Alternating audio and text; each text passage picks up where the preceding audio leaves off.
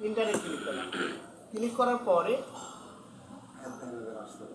এবার বড় এসছে, এবার আমি ক্লিক করলাম, ক্লিক করার পরে আমরা দেখলাম 560 নিলাম, বাইরে ক্লিক করলাম, দেখো 560 হয়ে গেছে।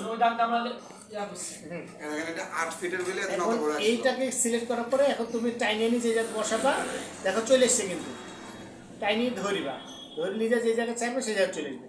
কিন্তু এখন দেখো যে এই যে 295 কিন্তু অনেক বড় 560-এর চাইতে। এটা এখন যদি বড় করতে চাও, এটাকে আর বড় এখন এভাবে করতে পারবে না, কারণ তুমি এসটি করার পরে যে করছিলা ওটা একবার স্থায়ী ভিত্তিতে নিয়ে নিছে, 8 ফিট 10 ফিট 2 ফিট যা করবে একবারে নিয়ে নিবে। তাহলে এটাকে আমি ছোট বড় করবো কি করে? এটা ছোট বড় করার জন্য আগে এই লেখাটাকে সিলেক্ট করে নাও, সিলেক্ট হয়েছে লেখাটা, এরপরে এই লেখার উপর রাইট বাটন ক্লিক করো, ক্লিক করার পর দেখো প্রপার্টিস লেখা আছে, এখানে ক্লিক করে দাও, নিচে থেকে হাইট পাবা, নিচে থেকে নামে আসবা, দেখো হাইট লেখা আছে, আছে হাইট কত ফিট লেখা আছে?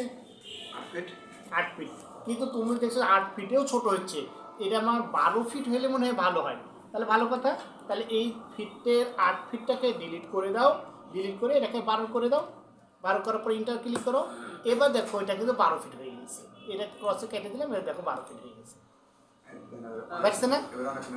বাড়ছে না? তো এইভাবে তুমি আরও বড় করবো, আমি এটাকে 20 ফিট করবো, তাও দেখছো হচ্ছে না, আমি 20 ফিট করবো, তাহলে তোমাকে এইখানেতে যাই সেটা কাজ করা লাগবে, তাহলে হাইট 12 ফিট আমি এখানে থেকে 20 ফিটে রূপান্তরিত করবো, 20 ফিট করবেন, ইন্টারে ক্লিক করলাম, এবার দেখো তো বড় হয়েছে কিনা, বড় হয়েছে না? তো এইভাবে তুমি ইচ্ছা করে ওটাকে ছোট করতে পারবো, বড় করতে পারবো। ডাক জম্পাটা লিখে রাখলে আর